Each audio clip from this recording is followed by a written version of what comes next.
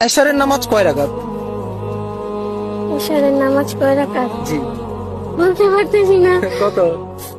মাগরিবের নামাজ কয় রাকাত? মাগরিবের নামাজ কয় রাকাত? 4 রাকাত। 4 রাকাত। শিওর? শিওর। কি সেটা? সুন্নত না ফরজ?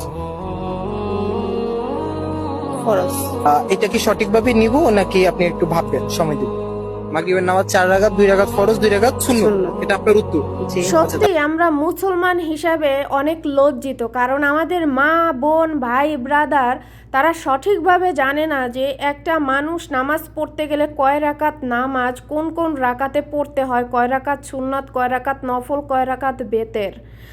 আসলে সচরাচর এখনকার জেনারেশন, আমাদের মা বাবাই যদি আমাদেরকে না শেখায় তাহলে আমরা শিখব কিভাবে?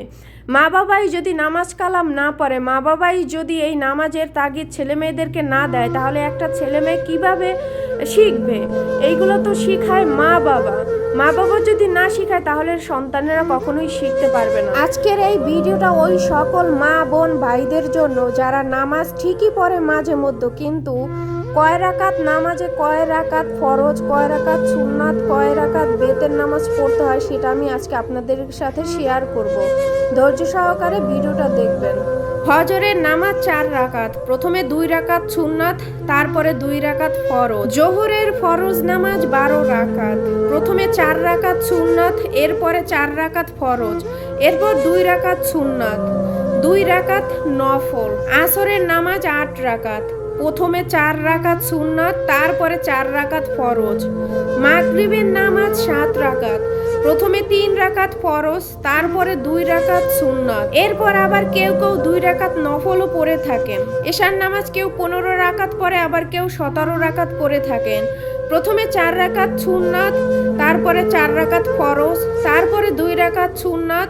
যেহেতু এশার পরেই বেতের নামাজ শুরু হয়, তাই অধিকাংশ মুসল্লি এশার পর 3 রাকাত বেতের পড়ে থাকেন। এরপর 2 রাকাত নামাজ বসে আদায় করেন, কেননা নবী করিম সাল্লাল্লাহু আলাইহি সাল্লাম এশার নামাজ পড়ার পরে 2 রাকাত নামাজ বসে সে আদায় করতেন বেতের। যারা 17 রাকাত আদায় করেন তারা বেতের আগে 2 রাকাত নফল আদায় করেন।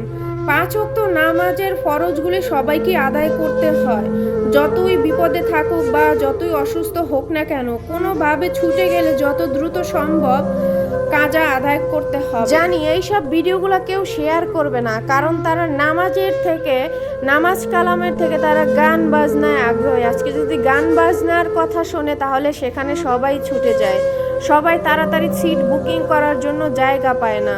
যেমন শাকিব খানের তুফান মুভি দেখতে সবাই গিয়েছে, কিন্তু কেউ মাহফিলের কথা কেউ চিন্তা করে না, কেউ মসজিদের নামাজের কথা চিন্তা করে না।